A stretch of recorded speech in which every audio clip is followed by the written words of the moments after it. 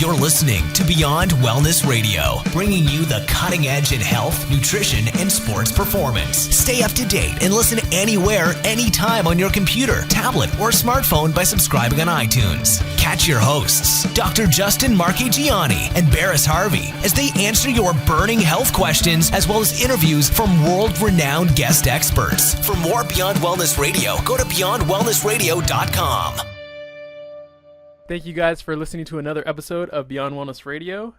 Today's episode is about the calorie myth. There's been a lot in the media and over the past couple of decades actually about counting calories, and to be able to reduce your weight and for weight loss especially, we must make sure that we count our calories, exercise more, and run less. At least that's what we're taught. In today's episode, we're going to talk about what is important with calories and what isn't. So first of all, how's it going today, Dr. Justin? I'm doing great, Barris. How are you doing today? I'm doing awesome. So one of the first questions I have is, why is counting calories so ineffective? Well, first things first, we have to go over what is a calorie, because a lot of people just aren't quite 100% aware of what that is. Essentially, a calorie is nothing more than a measurement of heat. Technically, it's the amount of energy it takes to heat 1 gram of water 1 degree Celsius. So it doesn't really talk about how calories affect our metabolism, hormones. Doesn't really talk about whether or not those calories are attached to nutrients, whether they're just attached to refined sugar. So there's a lot of things that calories leave out. But what it's giving us is an idea of energy. So outside of that, the only time I find calories useful is when people that are eating healthy, that are eating the right proportions of their food macronutrient-wise, right? Protein, fat, carbohydrate. They're eating nutrient-dense, they're eating anti-inflammatory and low-toxin food. But if they're not eating enough of it, that's where calories are a good measure of, all right, are you taking enough in? Because you can kind of look and you can say, well, you're this size, you should be taking in at least, let's say, 22 to 2,500 calories for maybe a 130 or 140-pound female who's slightly active. So you can kind of gauge that, and if you see, well, you're taking in 1,500 calories, well, you know you're just not eating enough. So that's where calories are beneficial. That answer your question? Yeah, that makes a lot of sense. And so you're saying the only times you really see its importance is probably a female who's under eating, or maybe an athlete who wants to put weight on. He might have to make sure that he's eating in excess, correct? Yeah, so with athletes and people that are at a higher level, looking at protein grams are really helpful. So typical recommendation for protein is going to be between 0.5 to 1 gram of protein per pound of body weight. And that's for like your everyday kind of person. Like if you're a CrossFitter and you're 200 pounds, then you should be having about 200 grams of protein. If you're somewhat sedentary and you're 200 pounds, well, 0.5 grams per pound, that'd be about 100 grams of protein. And if you're a female who's 100 pounds, just trying to use even numbers, 100 grams of protein would be that 1 pound per gram of body weight, and then 50 grams would be at the lower end. But now if you're at a higher level, I'd even go up to 2 grams per pound. People like Charles Poliquin recommend up to 2 grams per pound, 2 grams of protein per pound of body weight to really make sure you have that fuel. And we know protein is attached to calories, right? Protein, 4 calories per gram of protein. So we kind of know there is some calories attached to that. But remember, protein, for the most part, unless you're doing isolated protein powder or you're eating, like super lean chicken or like rabbit meat, so to speak, you're going to be getting some fat in with that protein. And ideally, you'll be cooking that protein in some fat, whether it's in a frying pan with coconut oil, whether you're baking it, whether you're using bacon fat or ghee or grass-fed butter. Typically, there's going to be some fat in with that meat as well. Yeah, we've already within a couple minutes covered some great points, but I think we're getting a little ahead of ourselves.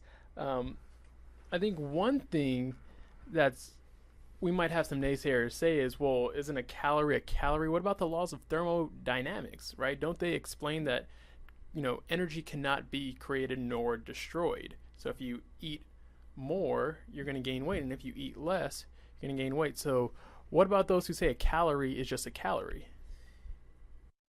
So in regards to that question, the main point being made is, well, eating too many calories are causing us to get overweight. And to a certain degree, that is true. But it's like me saying, well, if you're an alcoholic, the reason why you're an alcoholic is because you're drinking too much alcohol than what your liver can metabolize. It's like, well, we know that. It's kind of already assumed, right? It's like if I'm giving a really, good lecture and a lot of people are attending, it's like someone saying, well, the reason why your lecture was so packed was because more people came in than left the lecture. It's like, well, of course, why? duh. Like, Right. but why? It's like, well, was it because I gave a really good talk and people were, really captivated and loved the information? Or was it because it was raining outside and people had nowhere else to go? So there's no causal relationship to why the calories are being increased. It's just telling you an effect. And when I kind of draw that analogy with, the alcoholic, or with, me giving a lecture, or, with a restaurant, right? People going to a restaurant, why are they there? Is it because the food's great, or is it because it's raining outside? What's the causal relationship? And a lot of times hormones are a huge part of that causal relationship. Mm-hmm. So it's almost like people just assume everybody who's overweight is just eating excess because they want to. But there's a lot of people that are actually trying to lose weight, and they're cognizant of how many calories they're eating, and they're trying to reduce it, but it's not helping. So the assumption is, well, if you're overweight, you're just lazy and you don't have discipline, which isn't always the case. Yeah, absolutely. It really comes down to hormones, in my opinion, with calories. Because calories, when you look at calories by themselves, you're not looking at the effect that calories have over hormones, and you're also not looking at, well, what nutrients are now attached to those calories. Are we talking about calories that contain a whole bunch of, B vitamins and fat-soluble nutrients and micronutrients and such, or are we talking about empty calories? So you kind of mentioned hormones, for instance. Well, we know certain children, for instance, Dr. Robert Lustig, he's a pediatric endocrinologist over at UCSF School of Medicine. He's lectured on kids that are very overweight with these rare brain tumors, that they have a very difficult time managing their insulin response. Essentially, they're hyper-secreting insulin. So what's happening is their metabolism is such in a storing or fat storing mode and not a muscle burning mode, or a higher metabolism mode, that they feel so fatigued. So when calories come into their body, the hormones that partition those calories, meaning that say go to your muscles for energy or go to your fat cells for storage, they're in such a place hormonally where their body is basically telling them store, which is saying rest, be tired, so they're playing video games or on the couch all day. And what he's found in some of his research, they'll give a medication called octreotide, which basically knocks down that insulin response, and then now that when the calories come in, these kids are more apt to want to go do something with those calories and not sit on the couch, because the body is now partitioning calories in a way where we're burning the calories up and not storing them. Yeah, it's funny that you say that, that there's actually a hormonal response, because an idea that came to me is, if somebody went to the doctors and they're 13 years old, but they're excessively overweight and can be considered obese, the doctor would just look at the parents and say, well, you got to put this kid on a diet. He just eats too much. He's lazy. But if a kid was 13 years old and 7 feet tall, was it just he ate too much and he just grew vertically? No, they'll probably say, well, he might have a pituitary problem where he's just releasing too much growth hormone and just grew way too tall. But it's kind of disconnected.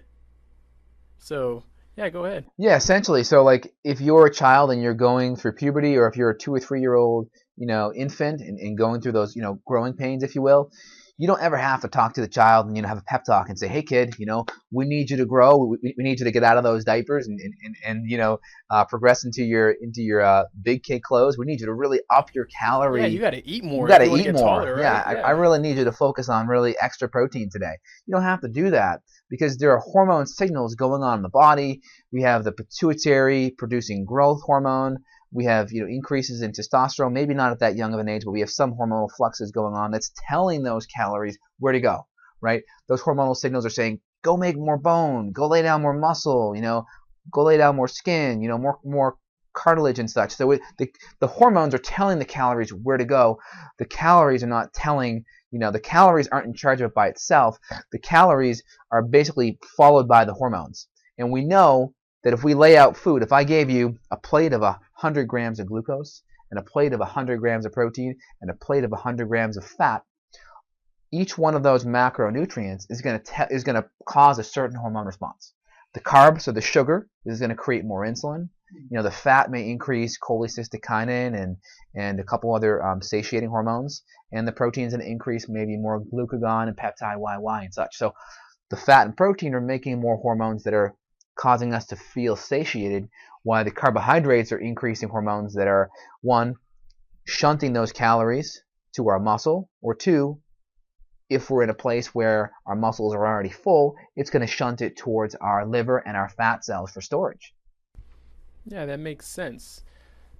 Because I notice if I take a bag of chips or popcorn per se, I can eat the whole thing and not feel full at all and receive a whole lot of calories. Whereas I can try to eat a whole block of butter and it's not going to happen. Like after a while, my body's going to say, okay, you've had enough.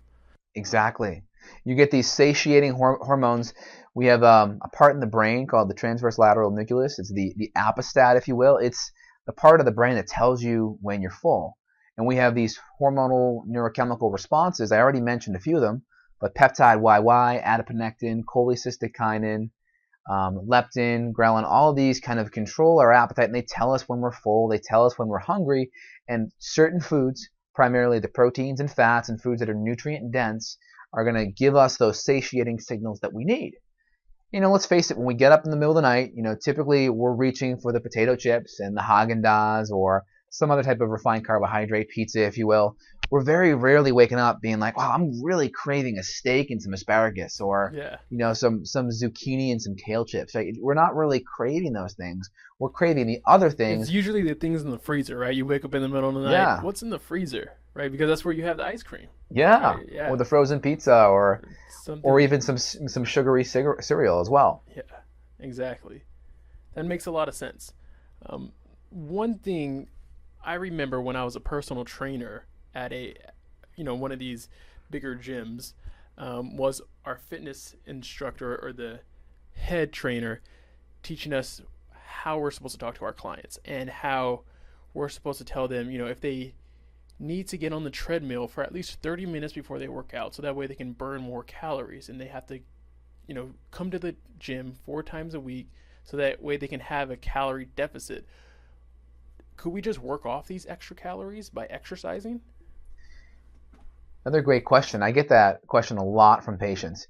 And it's the ultimate way to make people feel like victims, because it's virtually impossible. You have someone that consumes 1 Big Mac, great. You have to run a marathon now to burn that off. I mean, imagine living your life that way. Well, if I have this one cheat, I have to run a marathon to burn those calories off. It's virtually impossible. And that's why you have people that get so discouraged, because they realize, wow, I need to work out like I'm on The Biggest Loser. I need to work out, 4 to 6 hours a day, right? And you get a lot of these Biggest Loser people, about 50 to 75%, gain the weight back, because they keep their weight the way it is by working out insane amounts of hours. And that message trickles down to the general public. They have to work out so long just to maintain that calorie deficit. And it's not true, because it's not looking at your hormones increasing and how your hormones actually burn extra calories while you're doing nothing. Research shows that 30 minutes of high intensity interval training or burst training is going to increase your metabolism 20+% over the next 2 days. So how many calories are you going to burn just through that increased metabolism through the hormone impulse of that type of burst training? So it's never the calories that we're burning during the exercise that causes the benefit. It's the hormonal output from that exercise. Mm-hmm. Yeah, that makes sense. If somebody was injected with testosterone and steroids, even if they didn't do anything, they would probably, start to see noticeable difference without necessarily exercising. A good example I like to point out is if you ate, a habanero pepper, you would notice your metabolism might increase, or you'll just start sweating, and it's not because you started running, but it's because of a chemical reaction, not just a mathematical equation of moving more. So back to the exercise, I notice even with the long duration kind of exercise, the cardio, when I was younger in high school and started putting on some weight, I would start to work out more, so that way I can somehow lose this extra pounds. But every time I went and did an hour of running, what would happen, I would get these cravings, and right at the gym that I went to was in the mall, and I would say, hey, well, there's some food right here. I'll just go eat some Chinese food because I'm starving now. And it's the same reaction when if I go swimming for a long time, there's also your body temperature goes down, but because you're using all those muscles, you become really hungry. Have you noticed this with other people? Yeah, I mean, the whole idea is working up an appetite, right?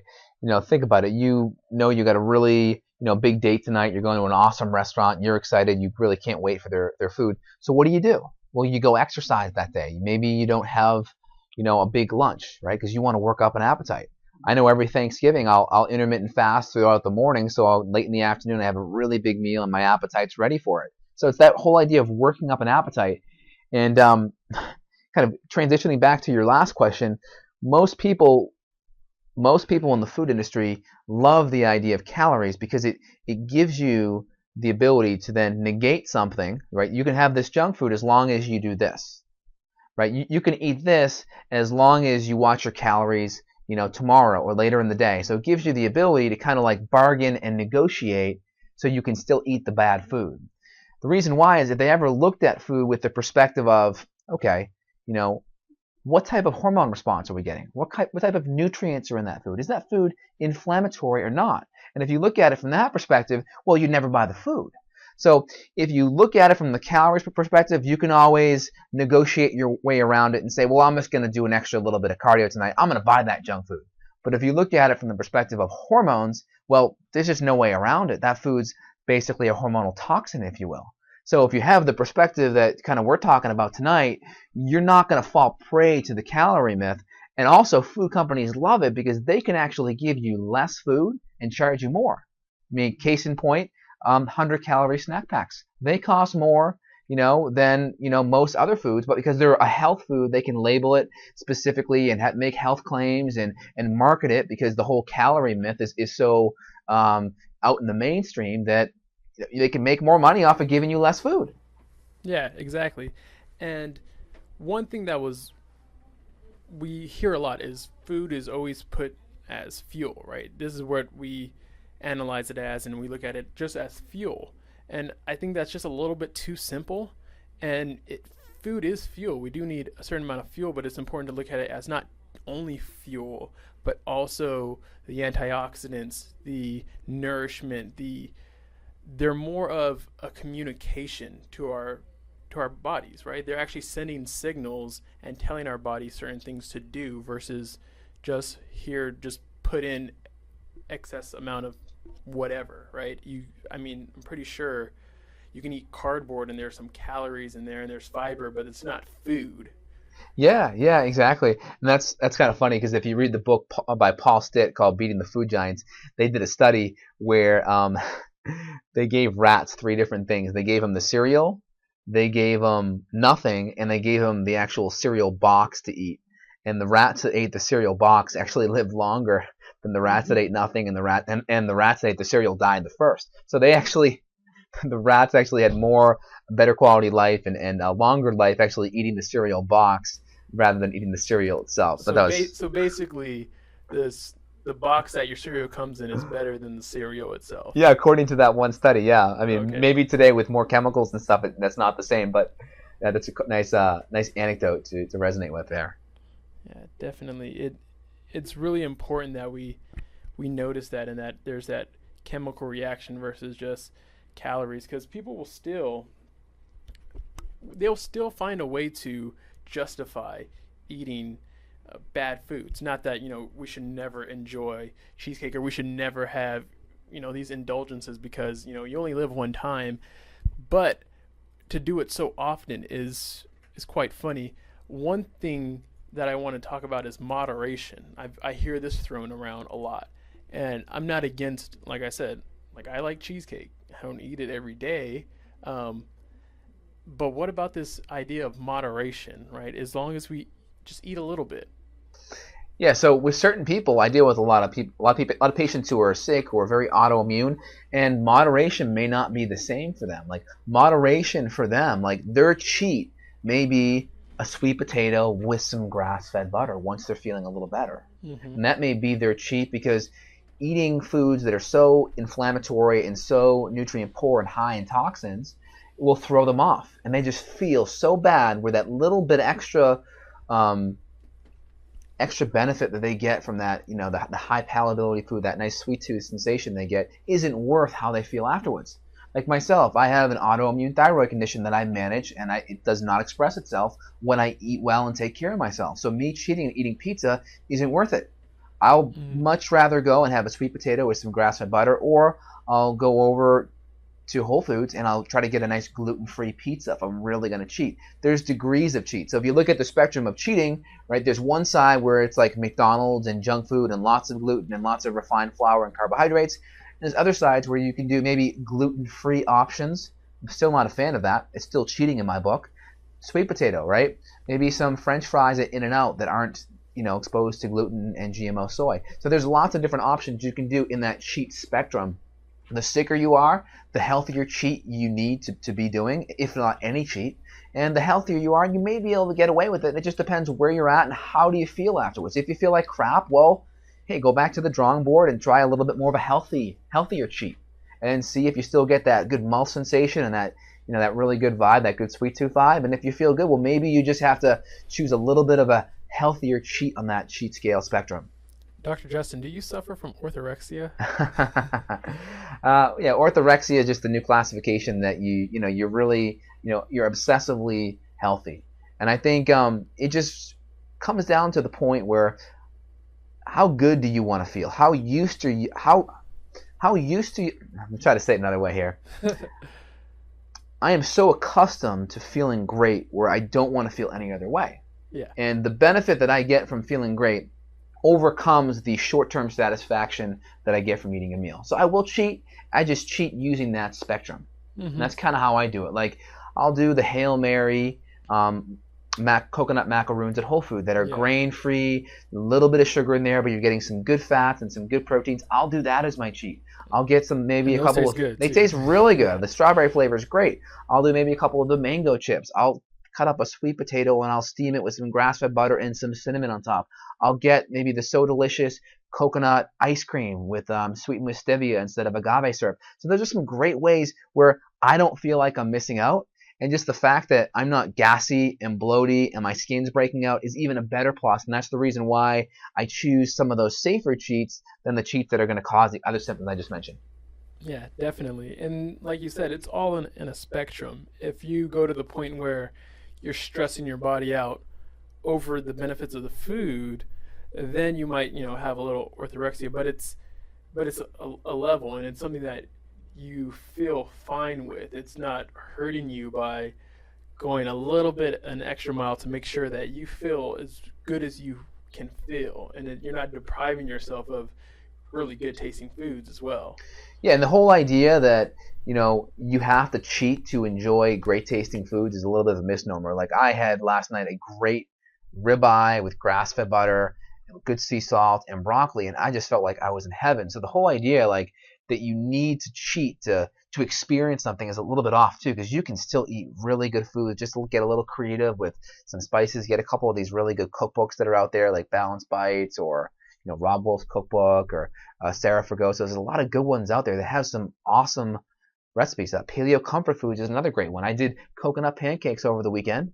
I did coconut flour, some eggs, and coconut flour, eggs, and some coconut milk, and then a little bit of grass-fed butter on top with a small amount of gravy maple syrup that's organic. And it was like I was in heaven. I'm like, man, I don't even feel the need to have real pancakes with the refined flour. And plus, I wasn't gassy or bloated afterwards. Yeah, and it's funny that you say that. I have almost 2,000 people that follow my Really Healthy Now Instagram account, and it's mostly just me taking pictures of my food, and people were saying, oh, that looks so delicious, it tastes good. And I actually enjoy cooking and enjoy the process, and that's part of it. And when you go take a bite into that food, it's like, yes, I put this together and it tastes amazing. So I don't feel like I'm sacrificing much by not getting Oreos. In fact, a lot of times when you eat this way, you can kind of taste the difference and notice, like, this food actually tastes a lot better. Yeah, exactly. Like Justin's Not Dr. Justin myself, but Justin's has a brand in Whole Foods now that I like because they have some really good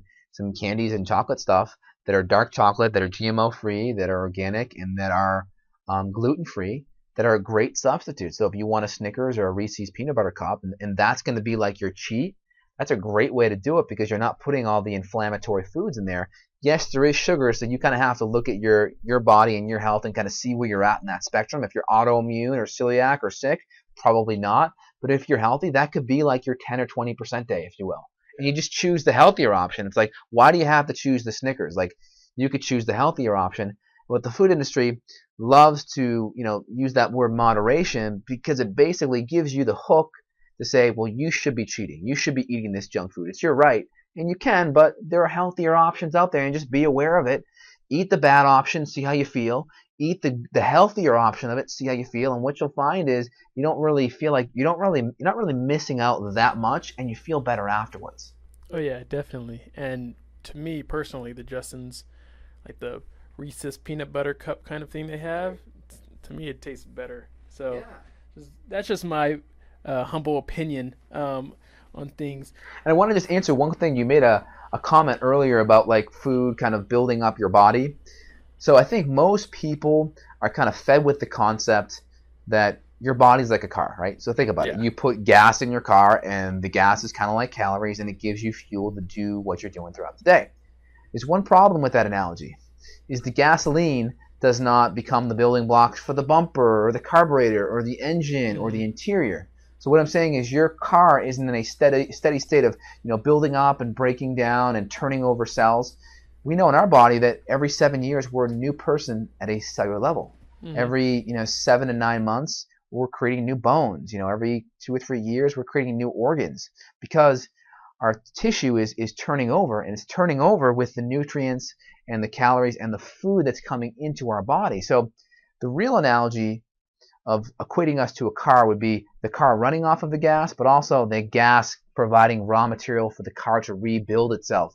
And with us, that's the case. So quality is super important. If you look at calories, it's easy to just to look at yourself as like a car. But when you look at the nutrient levels and the hormonal response, then you can start saying, wow, I need to be responsible because my body will break down faster than I build up, and I'm going to have all kinds of aches and pains and hormone issues and symptoms. And that's a sign of your body breaking down faster than you're building up.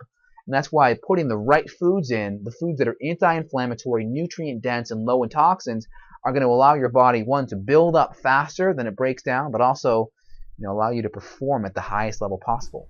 Yeah, if you looked at your body that way, there's going to be much more to the car than just you can look at the calories as the gas, but then also, what kind of fats are you getting? That could be the oils that you would put in your car. And what about the proteins that you're getting? That can be some of the building blocks. What about the antioxidants that, you're reducing? So there's a lot more to it. But if we go back and just look at the calories, for an example, I guess this would be something I would tell somebody who might be under eating, or even the idea of it. We want to eat less food and start moving more in order to lose weight. But I always tell them, well, if you only put, $5 of gas in your car, do you think you're going to drive all the way to LA? Like your body does the same thing. You only eat so much, it's going to regulate itself and say, hey, well, I don't want to go anywhere, right? I don't want to move because I don't have enough food. We're in a famine, so let me reserve as much energy as possible. And we mentioned earlier how you and myself have a lot of this in our own practice, where we have people that might be eating nutrient dense, but that's where the calories might matter. The ratio is just, they're not eating enough of that good ratio.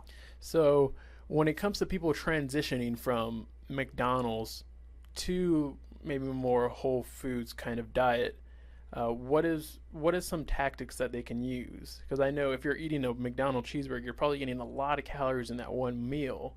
So all of a sudden you start eating healthier and you're eating good foods, but you might reduce your calories by a lot without really noticing. What are some things that people can do about it?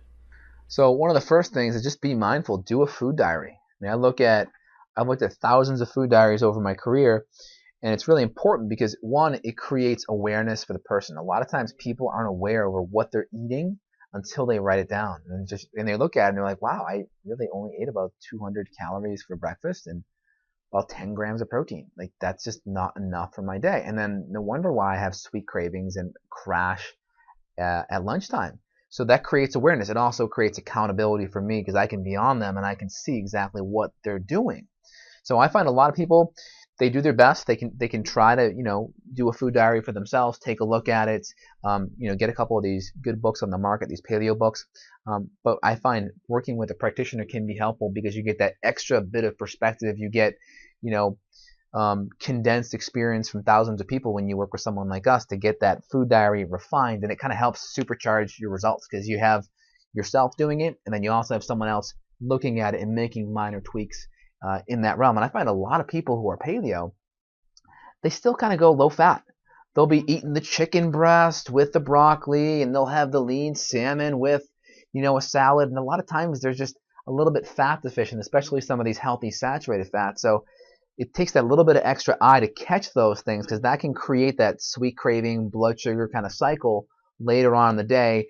And you'll think, well, eating paleo or eating this paleo type of diet doesn't work. And a lot of times, just a couple of tweaks that can really make a big difference. Yeah, and eating a certain amount of fats is an easy way to add calories into your diet to feel satiated, to want to move, to keep your body burning at a higher level. So, eating the skin on the chicken or making sure that you're putting oil or some extra virgin olive oil onto your salad so that way there's actually something there to satiate you. I notice this with the young athletes that I work with. A lot of them are like, oh, I eat a lot. Or their parents will say like, oh, this kid eats a lot. But they usually skip breakfast or they eat some Cheerios or Pop-Tarts. And they might even skip lunch at school. They might eat a lot of snacks. And then they come home and they eat a whole pizza. Oh my goodness, they eat a whole pizza. But they didn't eat anything throughout the whole day. So they only really ate like 1,500 calories.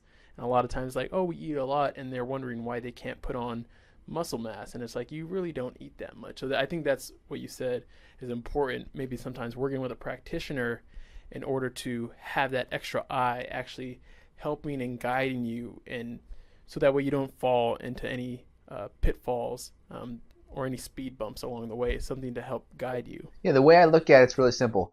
If you're feeling good, you're looking good, and you're performing good, and you're applying this information, great. Kudos. If you're not feeling good, you're not looking good, and you're not performing good, and you feel like you're applying this info, that's where it's great to get another set of eyes looking at it. Definitely. Some of the points that we went over today that I think would be great to summarize is, and I guess an analogy that came to my head was about regulating our food, and it's good, to take a diary at first so that way we can see what we're eating. But if we're eating a whole foods kind of diet, as long as we're eating enough, we probably don't have to count calories. It's almost impossible. The same way, if I had to count how many breaths I had to take, how many breaths in versus out, it'd drive me crazy, right? So I think that's important to note. If we're eating the right foods, then you might double check the calories, get yourself balanced after looking at it for a week, and then just be cognizant and you'll learn, okay, I need to eat more. Go to satiation. You might have to, your first time switching over, eat a little bit in excess because you're so used to eating these high calories, empty foods. Now you're eating these nutrient dense foods, but you're just not eating enough. So maybe starting off when you do the transition, making sure you eat a little bit more than you're used to until you find that right balance. I totally agree. And I think we're going to look back a couple decades from now, and we're going to see this whole calorie myth, this whole calorie paradigm is like the paradigm in the 14th, 15th, 16th century of the earth being flat, right? It made so much sense. Hey, the earth is flat. It can't be circular because the people on the bottom would fall off, right? So it made sense. But then as we evolved, interject the law of gravity. Now it makes sense. Now it's possible for people on the bottom of the earth to stay on the earth and not fall off. So now that paradigm of the earth being flat falls by the wayside because we interjected more information. So now with the whole calorie model, we are interjecting more information. We're interjecting nutrients. We're interjecting hormones. And that changes the effect calories have on your body. So just like the earth is flat paradigm, this is just like what we're in now. And we're evolving because we're interjecting new laws and new variables that totally change the system. Yeah, I think that's super important. And it makes a lot of sense too, because when I look back at things, it's only so recently since we started counting calories or carrying, but it's not not the calories that's the problem. And we could be eating excess calories, but it's the foods that we might be eating that's driving us to eat too much, or even our lifestyle that can dictate things. So like you said, as long as we're conscious of eating whole real foods, there's not much calories that we necessarily need to count. There's not much effort that we need to put into this area. We can put our efforts into something else, like making sure we're reading the ingredients, or get foods that don't even have ingredients lists, like broccoli or chicken or grass-fed beef. Right? Yeah, and a great starting point is really simple. Answer 2 questions for yourself. Are you overweight or are you not? Okay, if you're really overweight right now, you're probably more carbohydrate sensitive. So you have to be eating more non-starchy carbohydrates, which are going to be your vegetables, your above ground vegetables, your broccoli, your spinach, your cauliflower, right?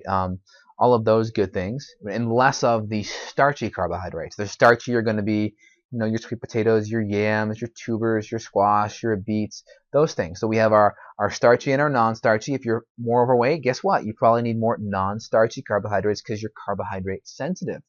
We also have carbohydrates that are high glycemic and low glycemic. Those are going to be your carbs. The carbs that are higher glycemic break down into your blood sugar faster. They affect your blood sugar faster. That'll be any refined carbohydrate, any tropical fruits, any grain at all are going to be higher glycemic. So you want to stay away from those and do foods that are lower glycemic. So on the fruit side, your best options would be berries. Those would be your better option because they break down the sugar less. Now the next question is, look at your skin color. If you have darker skin, that means you evolved closer to the equator. If you evolve closer to the equator, well, guess what? You don't have as much winter, you don't have permafrost, and you have, more of an environment that allows vegetation to grow throughout the year. And so you're going to be able to eat more carbohydrate, maybe more tropical fruit, and you'll also have access to fish and good fats from coconut as well. So if you're evolved closer to the equator, darker skin, you probably can handle more carbohydrate as long as you're not overweight. If you evolve farther away from the equator, less sun, less UV rays, our skin becomes whiter. That means you had winter, that means you had permafrost. You didn't have access to vegetation as much because it froze all up. You're not going to find, up in Northern Europe in the winter months, from October to March or April, you're not going to find too much fruit available. You're going to find more meats. So that's where you're going to be eating more proteins and fats and probably less carbohydrates. So look at your skin and also look at your weight. That's a great indicator. If you have darker skin, probably more carbohydrates. Lighter skin, less carbohydrates. If you're overweight, that kind of trumps it all, and you'd probably go less carbohydrates, more in the non-starchy variety. Yeah, I think that's a great starting point, and that was a great way to end things off today. For everybody out there, if you guys want to ask questions for our Q&A episodes, just go to beyondwellnessradio.com in our contact section. You can go ahead and throw in any questions that you have for us that you want answered, and we'll go ahead and put that on the podcast. For any other information, our transcriptions, show notes, anything that we mentioned here will be on beyondwellnessradio.com. So everybody have a good one. Thanks. Have a good one. Got a question for Dr. J? Go to beyondwellnessradio.com/question. Then tune in to hear the answer. Also, if you like the show, review us on iTunes. For more Beyond Wellness Radio, go to beyondwellnessradio.com.